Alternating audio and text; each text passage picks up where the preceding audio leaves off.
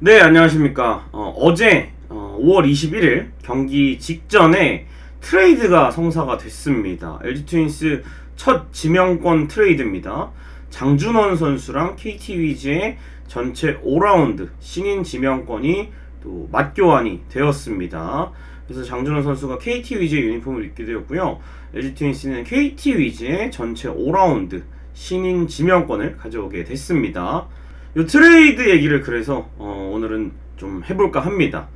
자, 일단은 5월 21일 어제 경기 직전에 트레이드가 성사가 됐습니다. 장준원 선수와 이 KT 위즈의 2023 전체 50번에 해당하는 신인 드래프트 5라운드 지명권이 바꿔지게 되었는데요.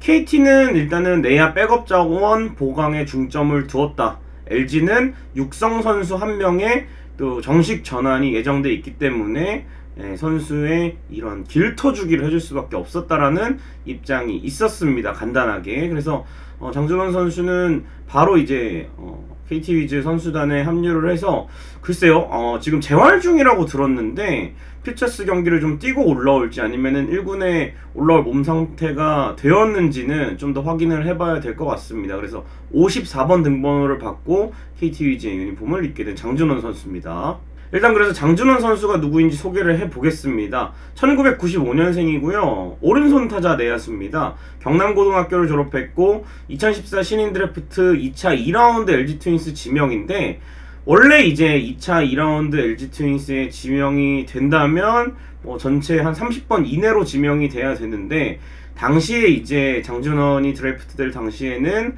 KT가 창단되는 시기였기 때문에 1차 특별 지명을 내주고 1차 지명 10명을 주고 또 2차 1라운드를 뽑은 후에 신생팀 KT에게 또 특별 지명 5명을 줍니다. 그리고 이제 2차 2라운드 8번째로 뽑혀서 전체 35번째로 뽑힌 선수라고 보시면 됩니다. LG 트윈스가 선발할 당시에는 오지환의 뒤를 이을 유격수 자원으로 생각을 해서 장준원 선수를 픽을 했고요. 장준원 선수가 기록을 간단히 말씀드리자면 1군 통산 93경기 나왔습니다. 117번의 타석 기회를 얻었고 1할 8푼 1리 1홈런 7타점, OPS는 0.480입니다. 군 의병 제대, 이 선수가 해병대를 갔다가 이제 몸이 좀 좋지 않아서 의병 제대를 했습니다. 그래서 2020 시즌에 좀 생각보다 빠르게 합류가 됐는데 여기서 활약이 좀 쏠쏠했어요. 백업 유격수, 그리고 3루수, 1루수로 활약을 하면서 1루에 있을 때 좋은 또 이 파워플라이 타구를 하나 잡았던 기억도 있고, 또 홈런도 기록을 했던 또 좋은 쏠쏠했던 그런 기억이 있는데, 장준원 선수가 9월 8일 광주 기아전에서 대수비로 2루수 수비를 들어옵니다. 정주현 타석 때 대타를 쓰고 대수비로 장준원이 들어왔는데 2루를 처음 봤어요, 1군에서. 근데 여기서 2루수에서 이 클러치 에러, 치명적인 실수를 범하면서 출전 기회가 줄어들었고, 유격수 3루 쪽에서는 좋은 탄탄한 수비력을 자랑을 했지만 결국에는 2021년에도 유격수에서 나왔을 때 1군에서 실책을 범하기도 했고 1군 벽을 뚫기 좀 쉽지 않았던 장준원이라 볼 수가 있겠고요. 이 장준원 선수가 퓨처스에서는 경험이 많습니다.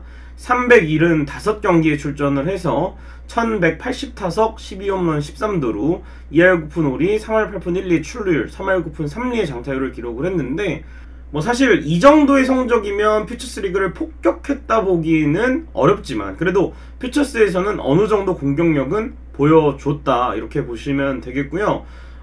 퓨처스 FA 제도가 계속 시행될지는 모르겠으나 생긴다면 장준원 선수는 아마 내년쯤에 이 퓨처스 FA 대상자가 되는 걸로 알고 있습니다. 그래서 퓨처스 통산 실책은 54개고요. 올 시즌은 이제 부상으로 인해서 재활군에서만 있었기 때문에 퓨처스 리그에 기록이 없습니다. 그리고 유격수 3루수 수비가 굉장히 안정적입니다. 강한 어깨를 바탕으로 하고 있기 때문에 아마 이천에서 퓨처스 리그 팀 LG 선수들을 놓고 봤을 때 장준원의 수비는 아주 좋은 편이다, 이렇게 평가를 할 수가 있겠지만 상수를 한 대로 2루수는 안됩니다. 네, 2루수는 조금 장준원 선수도 어려워하는 포지션이고, LG에 있을 때도 유격수와 3루수 그리고 1루수로 출전을 했기 때문에 그 2루수에서 실책하게 만든 게 참 선수 본인에게는 굉장히 아쉬운 결과물이지 않나, 왜 굳이 장준원을 2루로 써야 했었나 하는 아쉬움이 드는 그 실책 장면이었던 것 같습니다. 자, 그렇다면 간략하게 KT 위즈가 왜 장준원을 데려왔을지 생각을 해봤습니다.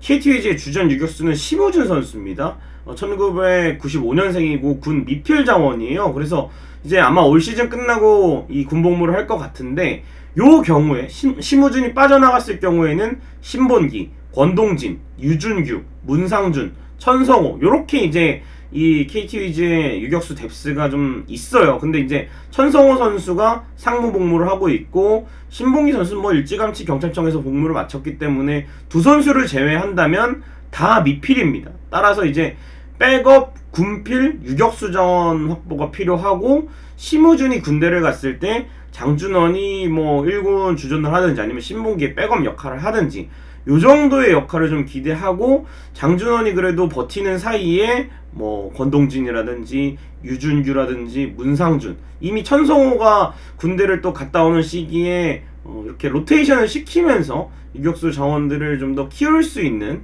뎁스 확보라고 생각을 하시면 됩니다. 그래서 장준원 선수가 아마 KT에 가면은 몸만 괜찮다면 바로 1군 엔트리에 들어와도 될 정도로, 예, 그렇게 보시면 될 것 같고, 황재균 선수의 또 3루 백업도, 네, 황재균 선수가 뭐 지쳤을 때나 여유 있는 스코어가 될 때는 이 장준원 선수를 좀 3루로도 활용이 가능한 선수다라고 보시면 되겠습니다. 자, 그렇다면 이 장준원 선수의 반대급부로 5라운드 지명권을 받은 LG 트윈스인데, 요 5라운드 지명권의 의미는 무엇일지 한번 알아보겠습니다. 현재 LG 트윈스 정식 선수 65명 꽉 차 있습니다.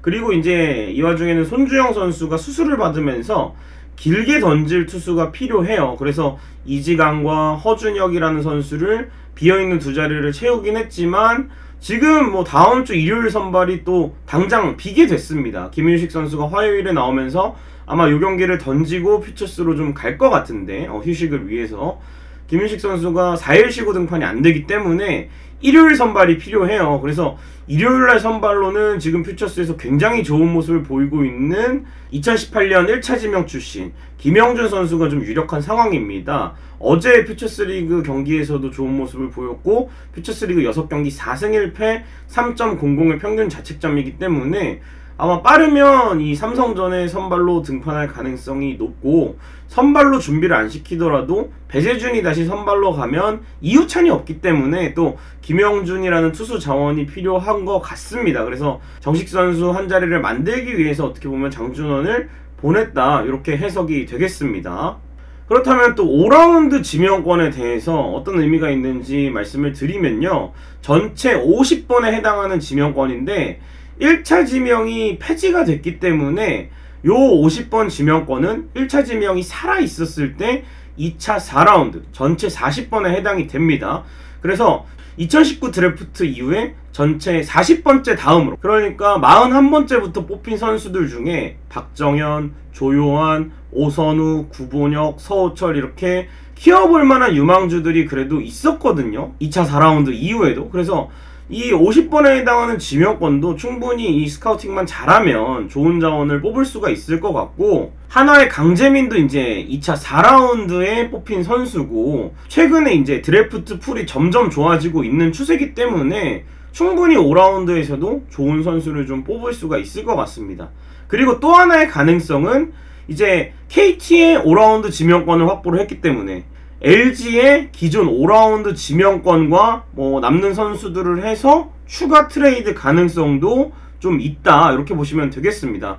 지금 만약에 좀 더 이 LG가 보내려는 선수보다 급이 좀 윗급의 선수를 데려오고 싶다면 지명권을 좀 껴서 밸런스를 맞추는 그런 트레이드가 좀 가능한데, 과연 추가 트레이드가 있을지도 좀 지켜봐야 될 것 같습니다. 자, 이제 장준원이 떠난 자리 누가 채우는가가 중요한데요, 제 개인적인 생각입니다만 지금 장준원 선수의 비교 대상은 동년배인 손호영, 장준원보다 1살이 많죠. 그리고 구본혁, 장준원보다 2살이 어립니다.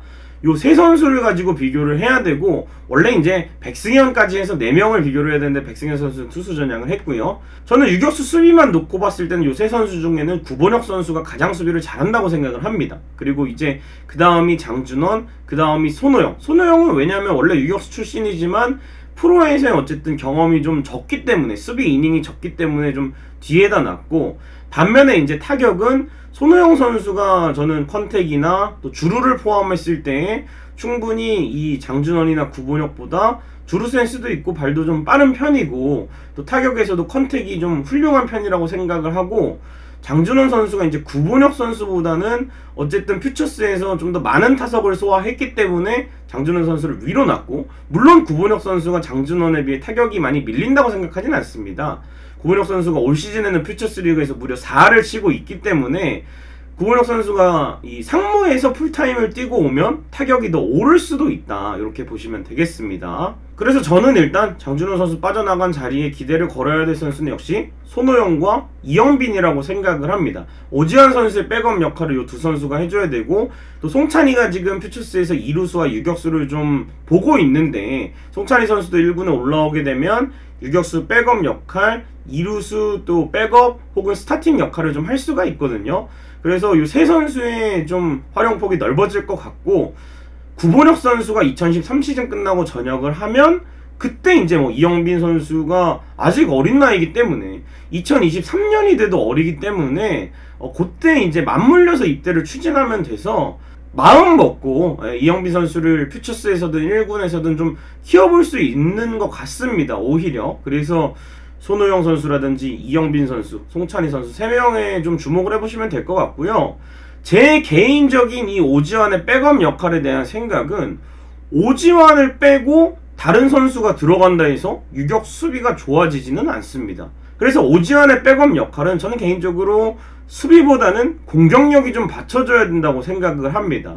후반부 중요 상황에서 오지환을 대수비로 바꾸는 건 말이 안 되고, 뭐 문보경이나 최은성 같은 경우에는 수비가 더 좋은 선수들, 뭐 김민성이라든지 뭐 1루에 놓으면 수비가 괜찮은 뭐 이상호나 문보경이 또 1루로 가는 경우도 있으니까, 그런 경우에는 수비 강화를 하면서 수비적인 선수를 놓고 백업을 쓰는 게 맞는데, 뭐 서건창도 마찬가지고, 오지환은 LG 내야수 가운데 수비를 가장 잘하는 선수이기 때문에 백업이 유격 수비가 좋아야 한다? 이거보다는 오지환 선수가 쉬는 날에 스타팅에 들어오면서 공격 쪽에서의 좀 재능을 뽐낼 수 있는, 그게 저는 손호영과 이영빈이라 생각을 하고, 송찬이까지도 마찬가지라고 생각을 하고요. 오지환 선수가 후반부에 또 대수비로 들어오면 쉬다가 그게 수비가 되는 거니까, 오지환 선수의 백업은 뭐 굳이 수비가 좋은 선수가 필요한가라는 생각도 듭니다. 그래서 손호영 선수와 이영빈 선수가 뭐 당연히 점수차가 여유가 있을 때는 뭐 대수비로 나오고 플레잉 타임을 좀 오지환 선수 거를 나눠 가져야겠지만, 이 선수들이 백업으로 생각을 했을 때, 뭐 감독님이 결국은 기용을 해주시냐 마느냐에 달리긴 했지만, 오지환 선수가 뭐 일주일에 한 번 혹은 2번 정도 쉴 때 이영빈, 손호영 스타팅으로 딱 내는 그런 그림을 저는 생각을 하고 있기 때문에, 이 두 선수가 라인업에 좀 이름을 올리면서 오지환 선수가 좀 편하게 쉴 수 있는 그런 상황을 마련을 해줬으면 좋겠습니다. 그리고 이제 저는 여기까지도 생각을 해봤는데요. 리오 루이즈의 교체설이 지금 모락모락 피어나고 있는데, 대체 외국인 선수로 거론되는 오른손 타자 내야수 팻 발라이카라는 선수가 있습니다. 2루수가 메인 포지션이지만 이 선수도 워낙 수비가 나쁘지 않은 선수이기 때문에 유격수, 1루수, 3루수까지도 소화가 가능하거든요. 루이즈와는 다르게 유격수를 볼 수 있는 선수이기 때문에, 만약에 발라이카가 오면 뭐 주전 2루수 혹은 주전 3루수를 맡고 오지환이 쉴 때는 유격수에 들어가고, 뭐 3루에 김민성 혹은 뭐 2루에 송찬이, 요런 선수가 들어가는 그림이 좀 그려질 수도 있을 것 같아요. 그래서 여기까지 한번 생각을 해봤고, 그리고 이제 장준원 선수가 이제 트레이드가 됐잖아요. 그래서 저는 사실은 지난해 이제 방출자가 좀 많지 않았어요. 뭐 김지용 선수는 지난해에 본인이 자진해서 방출을 요청했고, 또 이성호 선수나 김용희 선수는 은퇴를 했기 때문에 그런 선수들 빼고는 뭐 고효준 선수 정도를 제외하면 크게 방출자가 많지 않았는데, 지금 대부분의 유망주가 올 시즌에 이 정식 엔트리가 거의 꽉 차서 육성 선수로 전환이 된 채 시작이 됐습니다.